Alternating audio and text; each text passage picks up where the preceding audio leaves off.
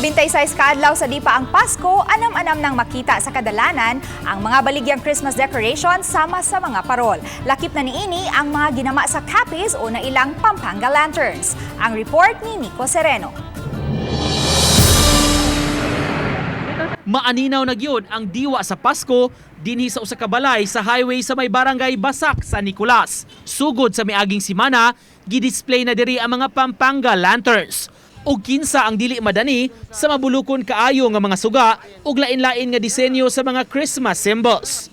Matud sa nagduma, pipila ka adlaw ang milabay, naabot na ang ilang mga stocks nga giship gikan sa Luzon. Ang moabot sa 1,000 ka mga Capiz lanterns gikinahanglan pang tauran og mga Christmas lights. Kini ang makugihon nga gitrabaho sa ilang mga tawo karon aron maapas ang ilang display og mga baligya. Karon pa lang, duna na kunoy mga nangutana sa produkto. Mostly po pag September po talaga, nagsugod na po kami diri sa Cebu talaga. Kasi yun po talaga yung iba kasi mga taga Cebu, mas gusto nila bare months, start ng bare months, makapag-decorate na po talaga sila. Ang dami po yung nag-i-inquire talaga para na po sila idea talaga kung magkano yung price ng ano. Kasi yung iba po pinag-iipunan. Duna hinoy gamayng aumento sa presyo sa ilang baligya. Ang labing gamay nga 14 inches nga diameter gikan 700 tag 800 pesos na.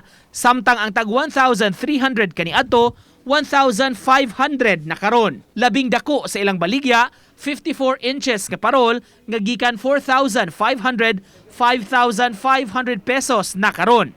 Usa sa gipangandaman sab karon sa grupo nga daghan ang mubalik kanila aron ipa-repair ang mga karaan nga parol. Labi na kuno kay ubay-ubay ang mga nangaguba nga mga decorations pagkabagyong Odette sa miaging tuig. Marami pong nasira talaga sa bagyo. Yun po yung pinoproblema namin ngayon kasi alam po namin magdadagsan talaga yung mga repair.